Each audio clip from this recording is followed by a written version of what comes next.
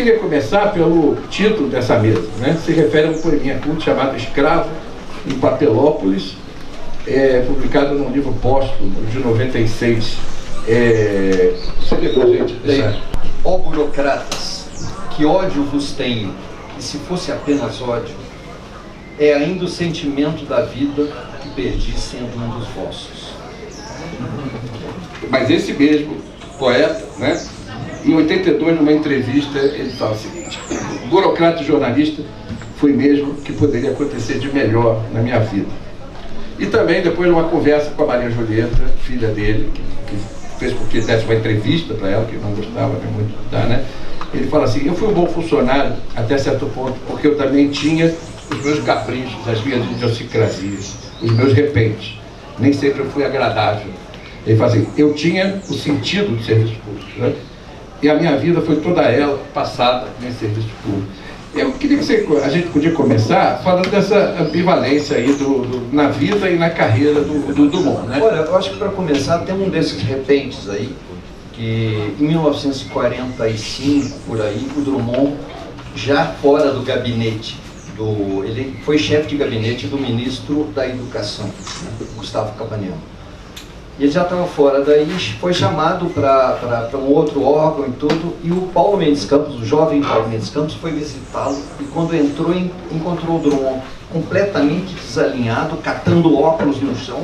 Ele tinha tido um entreveiro físico com uma pessoa ali. Quer dizer, o Drummond era um cara dessas coisas também, né? Nesse mesmo capítulo, não tem muito a ver com a vida funcional, mas ele era chefe de gabinete do Capanema, quando um dia funcionava ali, naquela gaiola de ouro, aquele palácio Pedro Ernesto, ali na Praça Floriano, na Cinelândia. Ele estava lá um dia, quando entrou um sujeito enfurecido, se atracou com ele, ficaram os dois embolados a trocar porradas. Aí amigos comuns separaram e Sérgio Buarque de Holanda saiu gritando: poetinha de merda! O Drummond tinha dado em cima de uma namorada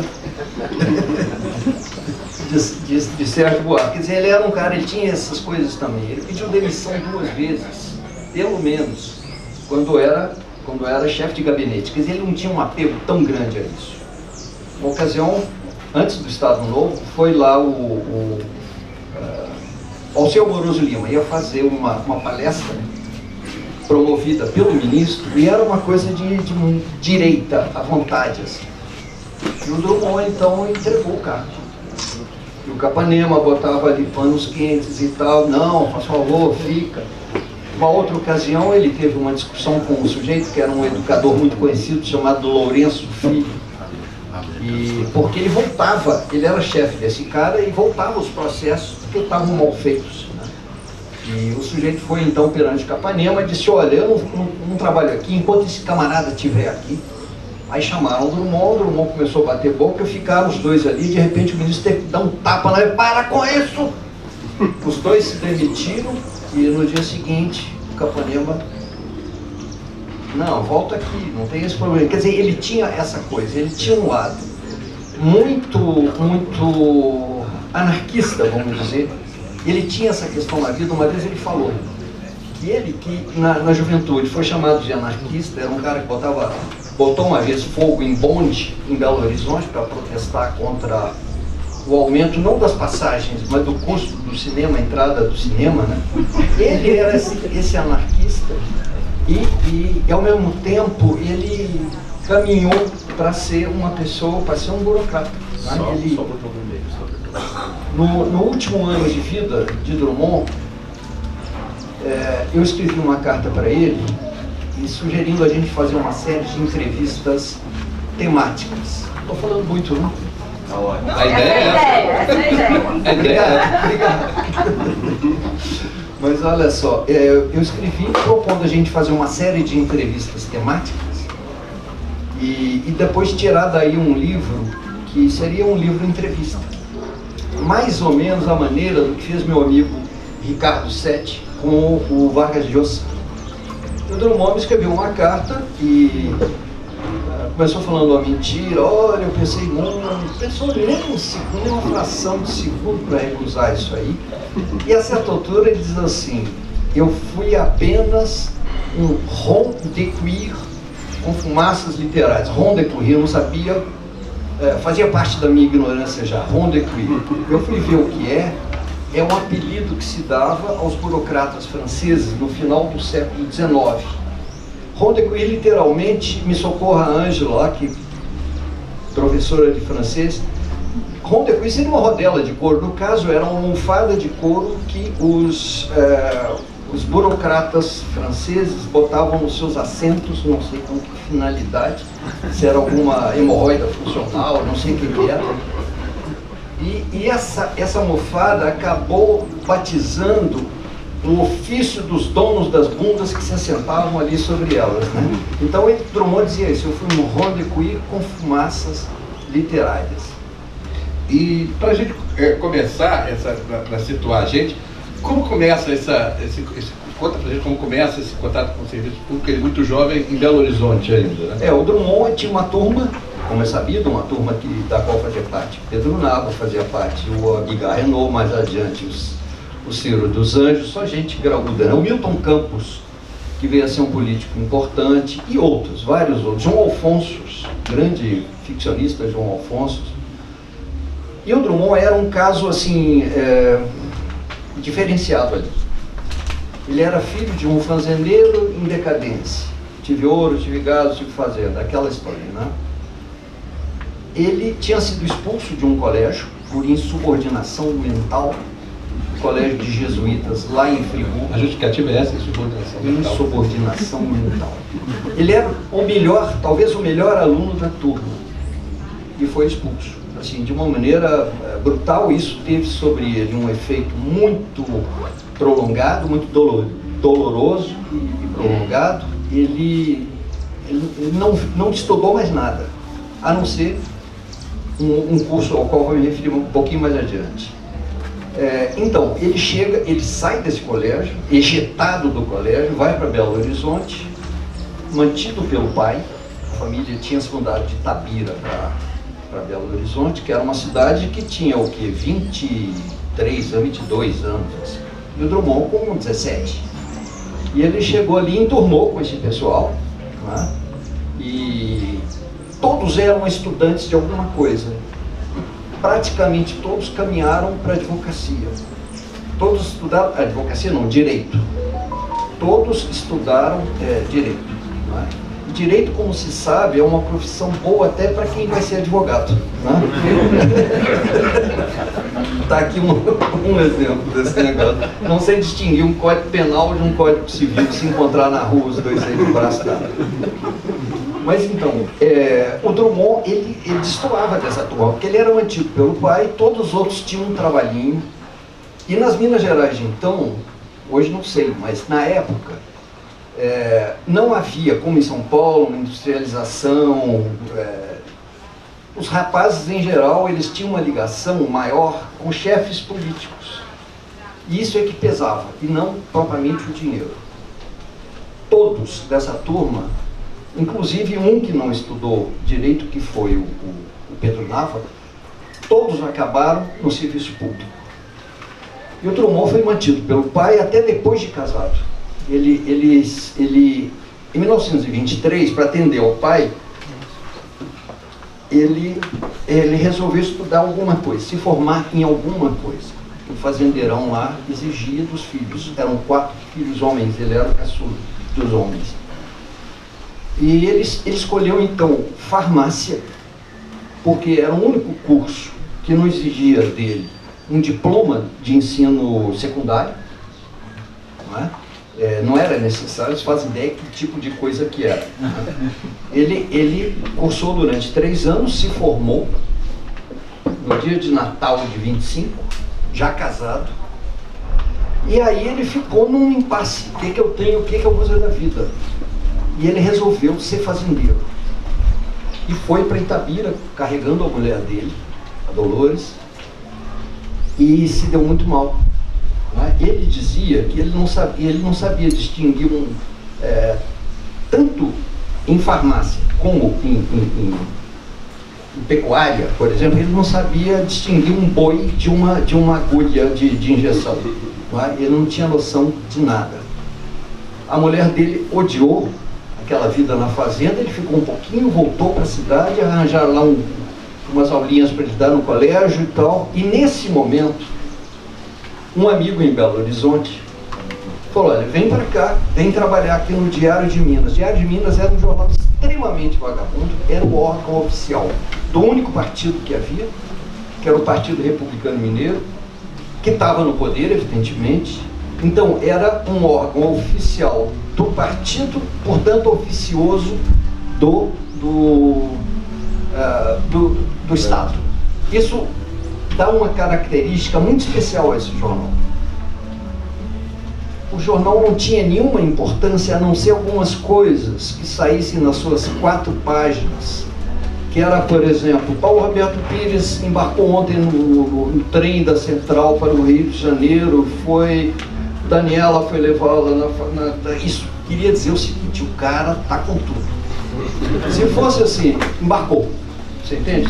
Você podia saber. Então era um jornal, era um boletim, na verdade, muito mal montado, muito mal instalado num prédio velho, que não tinha nem banheiro. O pessoal ia fazer xixi lá no fundo do quintal. Tem, aliás, um conto de João Afonso, que o sujeito termina debaixo de uma chuva de mijo, lá no final do jornal. Mas olha só, então, por que eu estou falando desse jornal?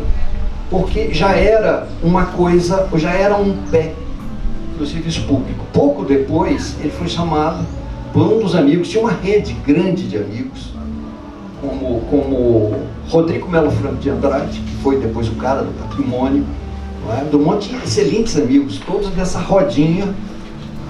Capanema, né? O Capanema. O Capanema tinha sido colega dele no colégio, antes dos jesuítas lá. Ele passou 4 meses em Belo Horizonte, estudando no Colégio Arnaldo, que é um colégio do Verbo Divino. E por alguma razão não ficou. O José Maria Cansado disse que ele tinha sífilis, mas parece que não. Ele tinha um problema de saúde e a mãe o recolheu, levou de volta para... Mas enfim, nesses 4 meses, ele fez pelo menos 2 amizades fundamentais na vida dele. O Capanema, a quem ele ficaria ligado até o final, e o Afonso Arinos de Melo Franco. Quer dizer, era só gente da nata da política mineira e tudo isso, né? Então ele entrou por ali. Daí a pouco ele foi levado para uma outra secretaria e assim foi. Quando o Capanema se tornou secretário, levou para o seu gabinete. Depois o Capanema foi por 3 meses interventor. E foi por 3 meses, não mais que isso. E o Drummond foi junto, tiraram o Capanema, deram um ministério para ele no Rio, aí foi Drummond e não saiu mais disso. Sim, e aí eu queria, uma curiosidade, você fala um sujeito extremamente disciplinado, mas um pouco anárquico também. Sempre esse conflito vai aparecer o tempo inteiro, né? Na vida dele e na obra dele também. Como é? Ele foi, então, chefe de gabinete do Capanema, né? Sim. E não é sem consequência você trabalhar para o Estado Novo, né? Como é que ele levava isso? Olha, ele se defendia, ele tinha uma posição defensiva diante dessa questão, não é? Quando o Sérgio Miceli, lá nos anos 70, publicou um livro em que o vinculava e que o via como, vamos dizer, como um servidor do Estado Novo... Intelectuais de classe dirigente. Sim. Não. O Drummond prestou um grande serviço ao Sérgio Miceli, a nós, leitores de poesia, o Sérgio Miceli dando a ele um assunto maravilhoso, né? Não é qualquer poeta, é Carlos Drummond de Andrade. Bom, ele... Desculpa, você estava falando que ele tinha uma justificativa para trabalhar no Estado Novo. Ele dizia o seguinte: não, eu estou trabalhando com um cara que eu conheço desde os bancos de ginásio. Eu sou um servidor dele, e não do Estado, não fui nomeado, de fato, ele não foi nomeado pelo presidente da República. Ele não tinha um vínculo funcional com o Ministério, tanto que ele não tinha férias, e não contava tempo de serviço. Isso só mais tarde ele conseguiu aproveitar esse tempo, não é? Para contagem, para isso aí. É uma coisa muito delicada, porque ele estava ali quando aconteciam coisas terríveis no Estado Novo. Agora, não há notícia. Por mais que o Sérgio Miceli vá cavucar, ele não vai achar um ato de Drummond, um discurso, uma coisa qualquer, que o carimbe como um cara que prestou serviço ao Estado Novo. Claro que prestou porque estava lá, mas é um desconforto, né? E ele viveu isso até o fim. E nessa época também, a gente vai ter uma conversa aqui no sábado com o Ivan Marques, biógrafo do João Cabral, de meu neto, e eles eram vizinhos de prédio, né? O Drummond no Capanema e o João Cabral no prédio do Ministério da Fazenda. Isso. E se encontravam ali de vez em quando. Toda tarde eles desciam, trocavam bilhetes, o Drummond mandava poemas que iam sair pouco depois na Rosa do Povo. O Drummond mandava lá em primeiríssima mão o jovem João Cabral lá no DASP, que avenida aquela, Almirante Barroso, não é na Antônio Carlos. Antônio Carlos. Um prédio horroroso, medonho, fascistão. Que, aliás, se me permite aqui mais um aliás, esse prédio, que ele tem uma cara fascista total, né? O que é hoje o Palácio Capanema teria sido uma coisa semelhante. E aí, eu conto isso porque destaca um papel importante que teve Drummond num determinado episódio. Em 35, 36, se fez um concurso para que o Ministério saísse de onde estava, que é um prédio, um edifício chamado Rex, que fica lá na Álvaro Alvim. Álvaro Alvim. Da Cinelândia. Exatamente. O Ministério ocupava um 16º andar alugado, depois de ter sido escorraçado lá do lugar onde teve essa briga com o Sérgio Buarque, que era o Palácio Pedro Ernesto. Pois bem, fez-se então um concurso. Alguém aproximou o Le Corbusier dessa gente, ele deu umas ideias, o Ministério seria originalmente construído onde é hoje o Museu de Arte Moderna, seria ali, depois decidiram que não ia e tal. Bom, fizeram um concurso, e quem ganhou o concurso? O mesmo cara que fez esse Ministério do Trabalho lá da Antônio Carlos. Aí foi uma perplexidade, porque era só uma moçada nova, tinha Lúcio Costa, tinha o jovem Niemeyer, que estava meio aderido àquele negócio. Então, poxa vida, nós vamos fazer agora, executar um projeto que era em estilo Marajoara. Vocês conseguem imaginar um estilo Marajoara? E todo mundo arrasado. Bom, agora o cara ganhou. Perdemos, o cara vai ter que construir isso. Nós temos que aceitar que ele construiu. Aí o Drummond, faz uma leitura raspando assim pelo edital e descobre o seguinte: nada ali dizia que o projeto vencedor será obrigatoriamente construído. Então, ele falou com o Capanema ficou assim meio perplexo, perdeu seus últimos cabelos, tal, aquele negócio. Mas tem razão. Aí foi no Getúlio e conseguiu. Pagaram o cara direitinho, o cara ficou enfurecido.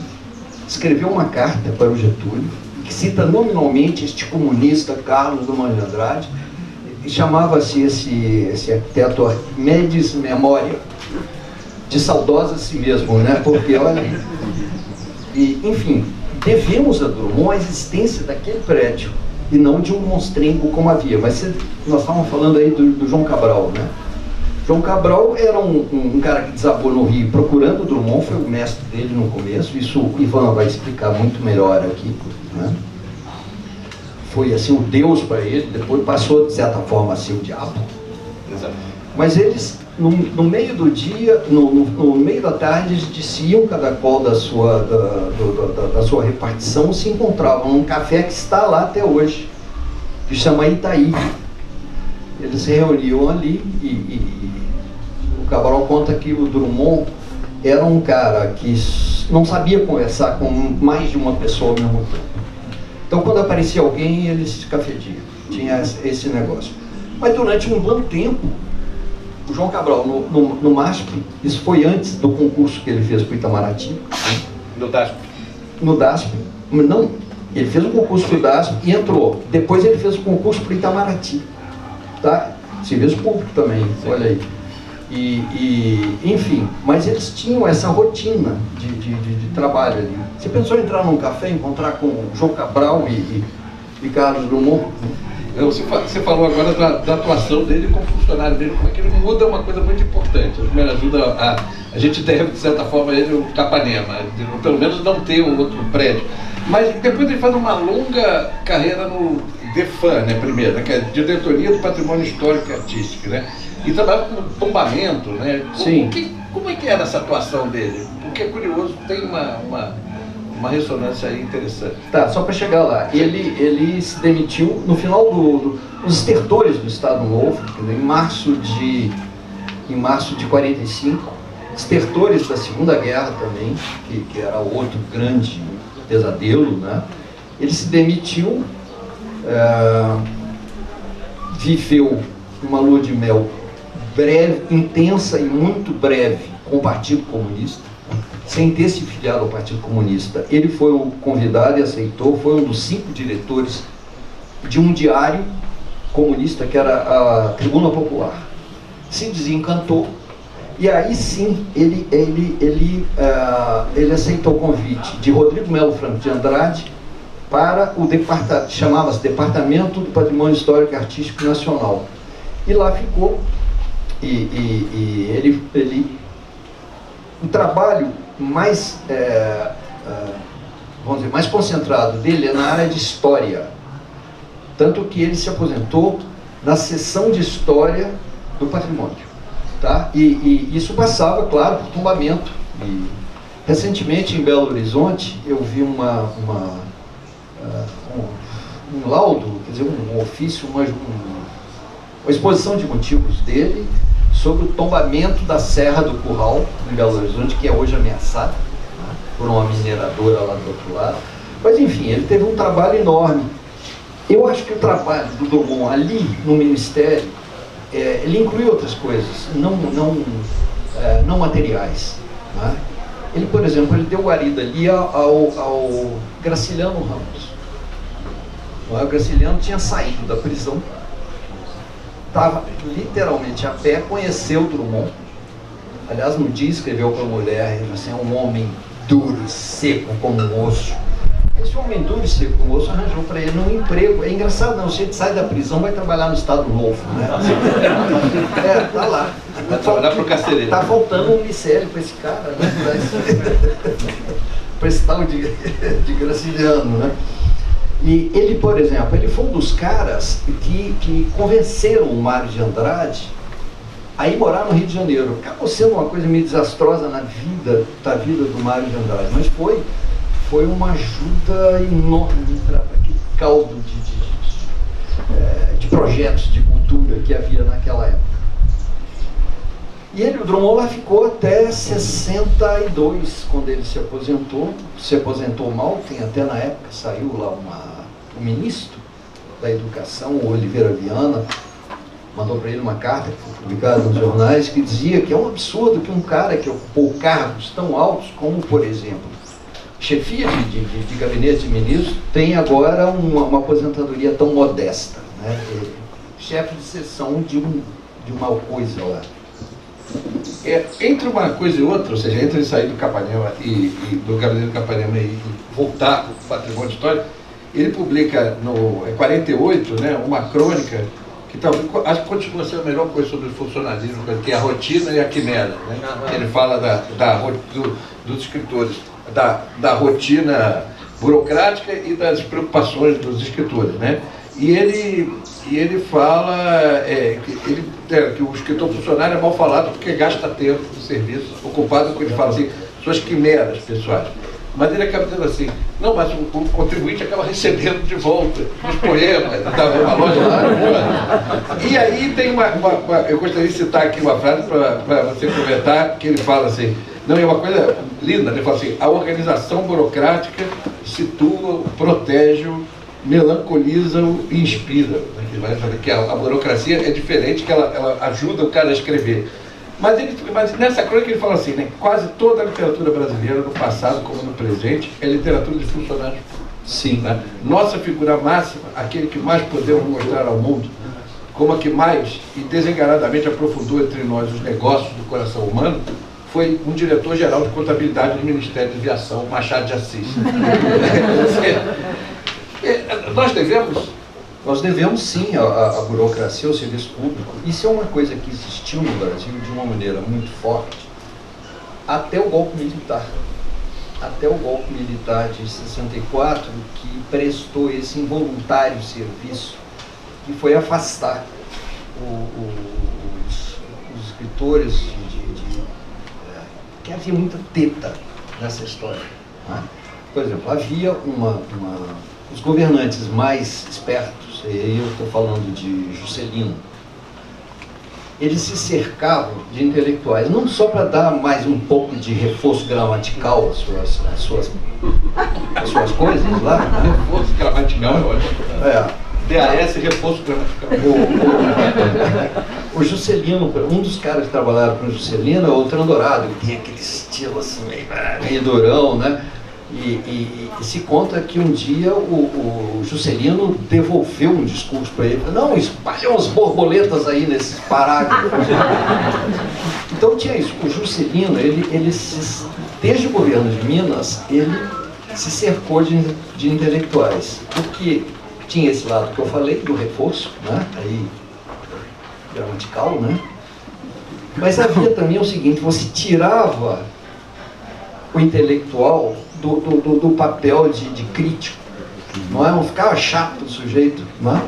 Tem uma teta ali e ao mesmo tempo falar mal dela, não é? Então muita gente entrou nessa história. Você tem aí o Trandorado, você tem o Ciro dos Anjos, que aliás escreveu o grande romance dele, que é o Amanuense Belmiro, escreveu nas folgas ali do serviço público. Eu namorei uma moça cuja mãe era funcionária de um lugar lá onde o Ciro dos Anjos dava para ela algumas resmas de papel para ela datilografar, e era um Amanuense Belmiro. Não é? Então tinha isso. Tinha também o negócio do cartório. O Drummond podia ter apanhado um cartório. Vou falar isso com o Miceli. Para reforçar a terra. Olha só, apanharam, vários pegaram cartório. Fernando Sabino, sem ser funcionário de coisa alguma até aquela altura, ele se casou com a filha do governador, Benedito Valadares, e ganhou do Getúlio um cartório. Né? Um cartório que está lá até hoje, passou para a mulher dele quando ele se separou e tudo. E havia, o Aníbal Machado tinha cartório. Sim, tinha um cartório. E vários outros. Né? O Trandorado foi, ele foi um assessor de imprensa e um pouco mais do que isso, do Juscelino. Em Minas, depois na presidência, e no final o Juscelino queria abrir para ele uma carreira política. Ele falou, não quero carreira política não.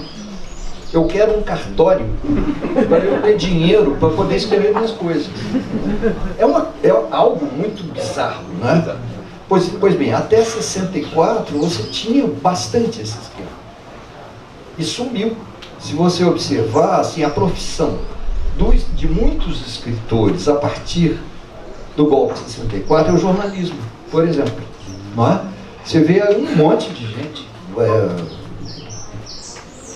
dezenas, nosso Ivan Ângelo, vários caras que eu acho que normalmente iriam para um serviço público, enfim, mas foi o estertor de alguma coisa antiquíssima, né? Tem o Machado, eu acho que a gente pode descer até um pouco, né? Talvez antes disso já havia. E você falou que depois de 64 foram jornalistas, né? O Drummond enfrentou essas duas, vamos dizer, numa visão idealizada da escritor, da literatura, dois inimigos, né, da literatura, o jornalismo, no certo sentido, e o funcionalismo, ou seja, duas coisas que numa visão mais idealizada seriam contra. Como isso se reflete na obra dele? Olha, assim, ele falava, acredite quem quiser, inclusive falou para mim numa entrevista que a coisa que ele gostaria mesmo de ter sido é jornalista. Ou como quem dissesse, Humberto, você fica lendo umas merdas nos poemas que eu faço, você precisava ver as matérias que eu gostaria de fazer. Ele foi jornalista desse Diário de Minas, ao qual me referi, não é? E que era um jornal que, exatamente por ser pouco vigiado pelo governo, acolheu o movimento modernista de Minas Gerais. O pessoal estava preocupado em saber se o Paulo Roberto Pires embarcou, bem ou mal, no trem, e ao mesmo tempo não se ligava para aquilo, né? Então saíam lá colaboração de Mário de Andrade, houve pelo menos poemas modernistas. Inventaram um concurso uma vez do maior poeta de Minas Gerais, elegeram a revelia, um cara lá. Ninguém lembra. Honório Armand, que era o príncipe dos poetas. Ele falou, eu sou o príncipe dos prontos, Princeps Promptorum. Mas enfim, o Drummond, então, ele tinha essa coisa com o jornalismo, não é? E ele falava, porque o jornalismo... Mas ele viveu o jornalismo de redação muito pouco tempo. Muito pouco tempo. Foram 2, 3 anos ali, à frente deste jornal. E onde ele aprendeu muito de serviço público. Por exemplo, mas foi um pouco mais adiante, já foi no Minas Gerais, que é o Diário Oficial. Que não era bem um jornal, mas tinha uma parte lá, né? Então, uma vez houve um incidente político sério na cidade de Montes Claros, por onde passava o vice-presidente da República, que era um político mineiro ilustre, Fernando Melo Viana, e houve um tiroteio, morreu gente. E o Drummond estava nesse dia no comando da redação. O governador de Minas, na época, se dizia o presidente de Minas, né, o Antônio Carlos, mandou chamar o Drummond e falou assim, como é que você vai noticiar esse negócio? Ele falou assim, tiroteio, não. O episódio em Montes Claros. Então o Drummond já foi aprendendo como pegar essa coisa. Não foi episódio, não, uma outra palavra, uns incidentes, uma coisa qualquer assim. Mas eu estou querendo dizer com isso, o Drummond, ele não teve um jornalismo assim esse que a gente viveu, de redação. Então ele podia ter uma relação meio fantasiosa com o jornalismo. Ele achava que a crônica que ele fazia era jornalismo. Não é? Um pouco ele se pendurava nessa ideia, um pouco também em oposição à poesia. Olha, eu faço poesia, tem esse outro negócio que não é poesia e tal, aplicadíssimo isso aí, mas ele achava que ele estava fazendo jornalismo, tanto que quando ele deixou esse ofício de cronista, depois de 15 anos no Correio da Manhã, seguidos de mais 15 anos no Jornal do Brasil, ao ritmo de 3 crônicas por semana, uma loucura. É a maior produção, acho, de crônicas. Talvez. Parece que sim. Talvez. 6 mil. É um enorme. E você vê como ele era um sujeito assim, ele extremamente organizado.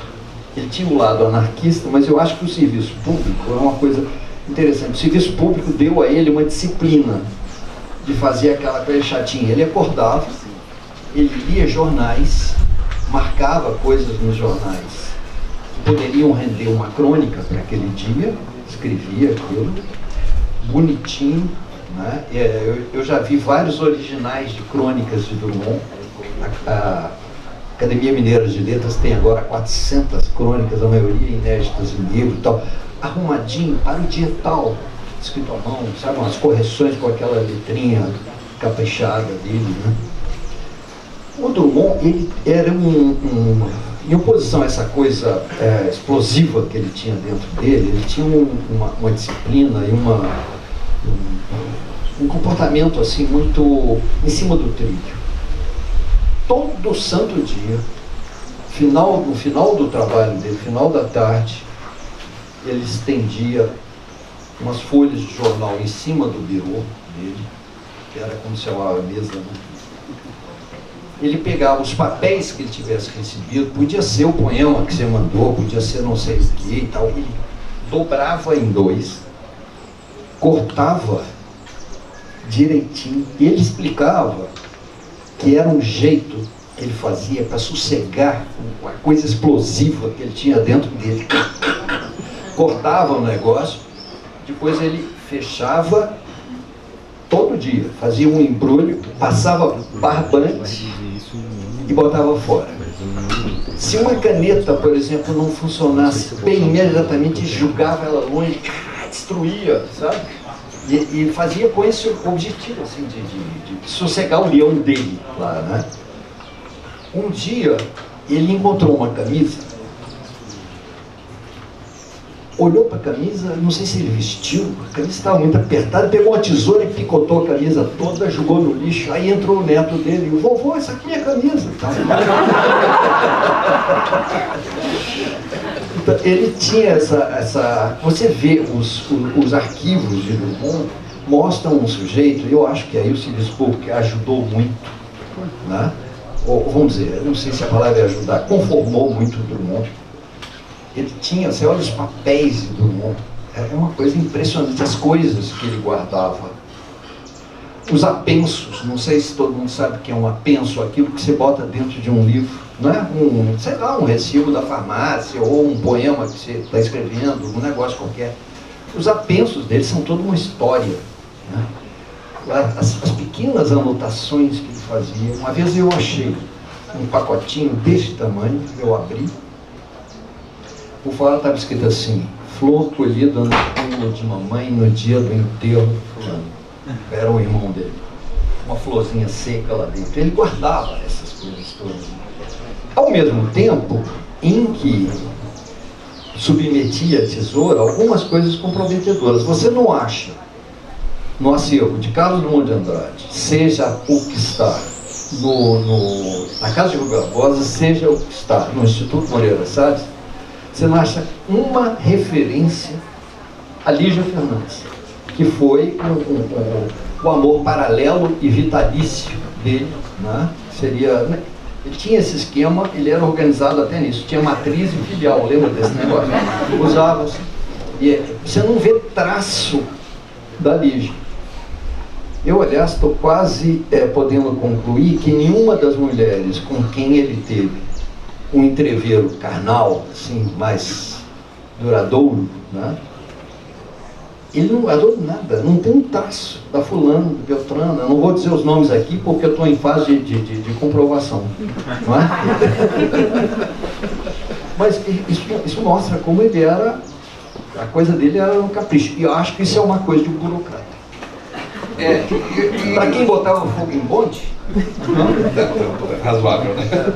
Ele pelo menos fez um poema, né, importante, a gente estava falando, que se chama Noite na Repartição, né? Sim. Que é da Rosa do Povo, né?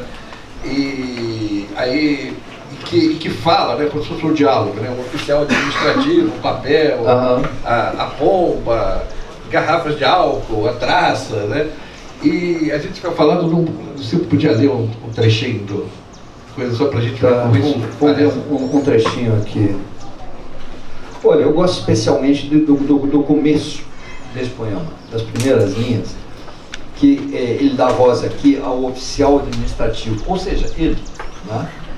Diz assim: papel, respiro-te na noite de meu quarto, no sabão que passas a meu corpo, na água te bebo. Até quando, sim, até quando te provarei como única ambrosia? Eu te amo e tu me destróis. Abraço-te e me rasgas. É incrível, né? E no final o oficial administrativo volta e o papel fala para ele, né? Não grites, não suspires, não te mates, escreve. Escreve romance, relatórios, cartas de suicídio, exposições de motivos, mas escreve.